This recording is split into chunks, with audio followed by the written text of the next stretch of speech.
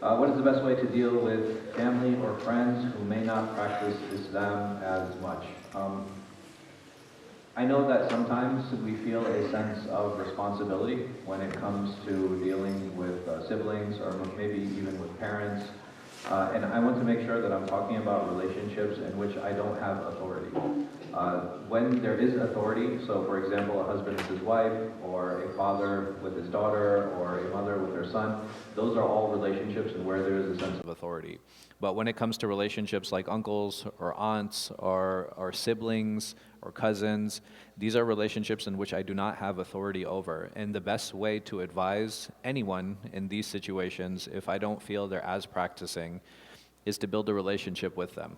If my cousins or my uncles or my aunts, if they see that I'm kind, if they see that I'm helpful, if they see that I care for them, it becomes much easier to have conversation with them. It becomes much easier to talk to them, because if I start telling them what to do, right? If I tell my uncle, for example, what to do, he probably changed my diapers, right? So like for him to hold me in a religious regard, like as somebody of standing or as somebody who has authority, the chances of that are very low. And I don't want to put him in a position where he's now disrespecting religion because of me.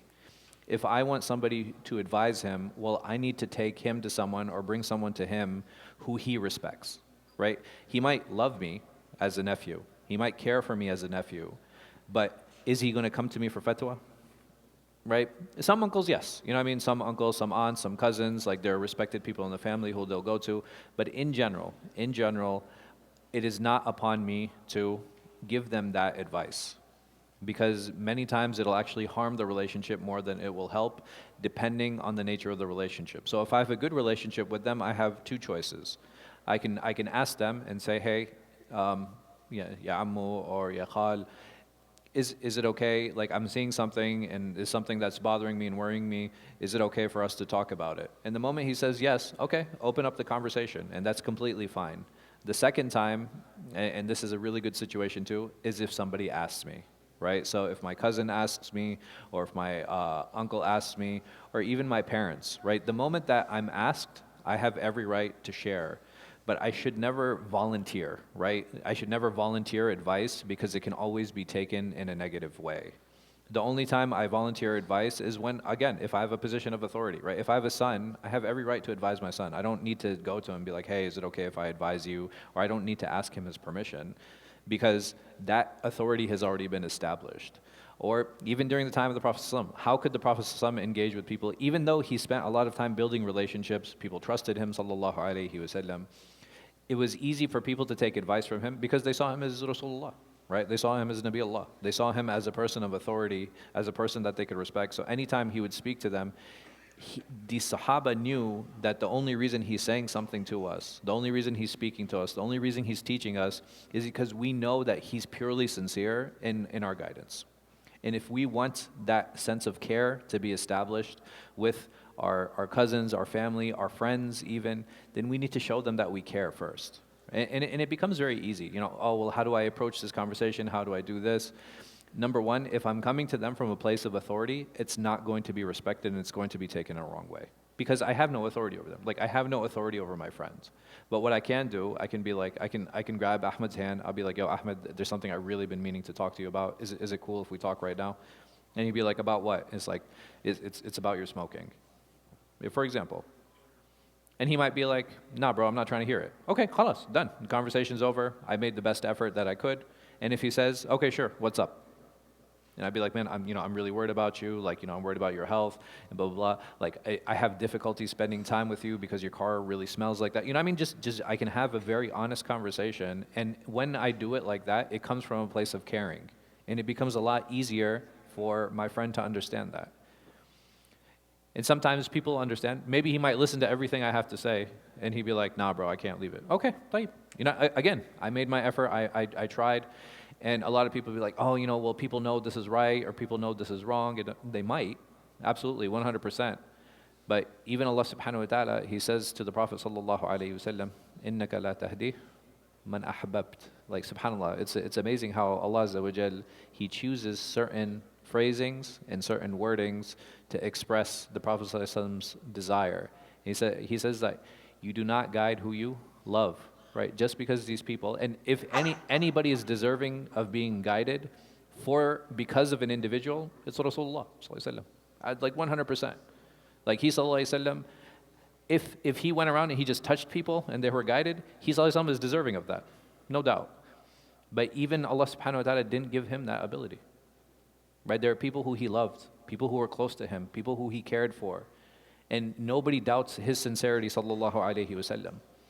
And if he is not in a position where he can do that, then we also, from our humility, right? Like a lot of this has to do with humbleness, humility, lowering ourselves a little bit. I might think I have a good argument. I think I have a good presentation. I think I have a good discussion point. It doesn't mean that the person in front of me agrees with those things. In one place, I will advise everyone, including myself, don't try to convince someone. Don't try to convince someone online. It's not going to work. I'm just telling you. I'm telling you right now. Like have you ever read a tweet and be like, oh wow, that's great. Like you completely changed my mind. That's not how that works. Right? It involves changing people's minds, involves discussion, it involves spending time with them, because most people, myself included, we don't make logical decisions, we make emotional ones. And if I understand that most of us make emotional decisions, the best way to do that is to plead to my emotions by showing that you care about me. Right? The moment someone shows that they care about me, and the reason I can say this is like, I've seen the arguments outside. Right? So when it comes to, Akhi, you can't park here, a very legal, logical discussion, right? If I tell someone like, hey, listen, you can't park here, this is a fire lane, and somebody starts arguing, are they arguing logically? No, it's usually an emotional argument, it's usually an emotional plea, so we have to understand, like, okay, if most of us think using emotions, deal with the emotions first, and then deal with the logic, right? This should be the way that we deal with it, and even he, sallallahu alaihi wasallam, he would be soft with people, he would be kind with people. He would invite people. He would sit down with them. Sometimes he would touch their shoulders. Sometimes he would touch their knees. Right? Like depending on where he was sitting. He would turn to them. He would smile at them. Like all these small gestures. What do? They help soften the person. And if we remember that we're here to actually help each other, it becomes a lot easier in understanding how we soften the person in front of us.